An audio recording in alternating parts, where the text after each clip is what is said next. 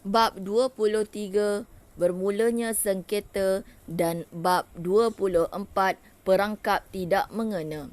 Bab 23. Jeneral Tomoyuki Yamashita meminta izin Jepun, Maharaja Jepun untuk menakluk tanah Melayu yang kaya dengan bahan mentah seperti biji timah, besi dan getah. Sementara itu, ketua-ketua pemerintah tentera British di Tanah Melayu mengadakan mesyuarat tergempar di bilik perang pengkalan tentera laut British di Singapura.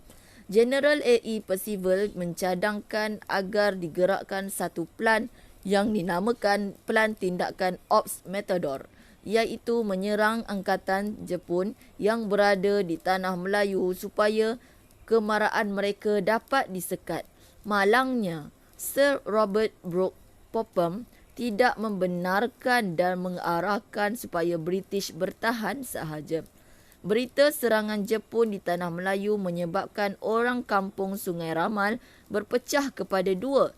Ada yang menyokong, ada yang menentang. Mereka percaya dengan propaganda Jepun untuk membebaskan Tanah Melayu daripada penjajahan Inggeris.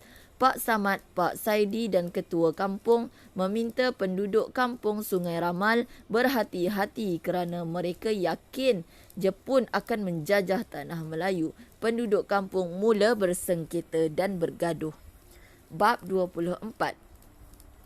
Pihak Jepun berjaya mengesan pertahanan British dan pelan tindakan perang Ops Matador untuk menghalang kemarahan Jepun di Kelantan. Jepun di bawah Lieutenant Colonel Seki Shizo menggunakan pangkalan tentera Thailand setelah berjaya mengalahkan tentera Thailand di Prachuap Khiri Khan. Angkatan tentera Jepun telah bersedia dengan kelengkapan perang yang besar berbanding dengan pertahanan British.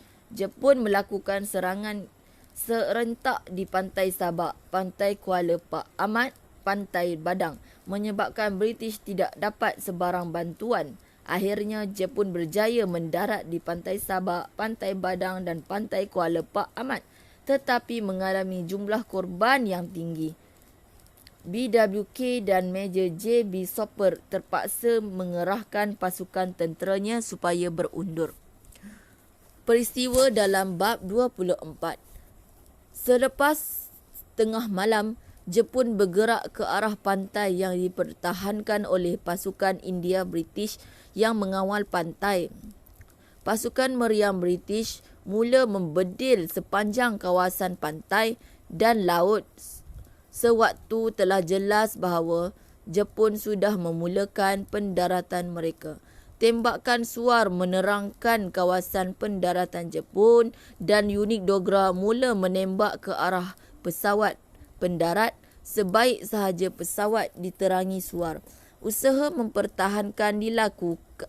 pertahanan dilakukan bersungguh-sungguh oleh unit Dogras, tetapi mereka menghadapi tentangan yang sengit.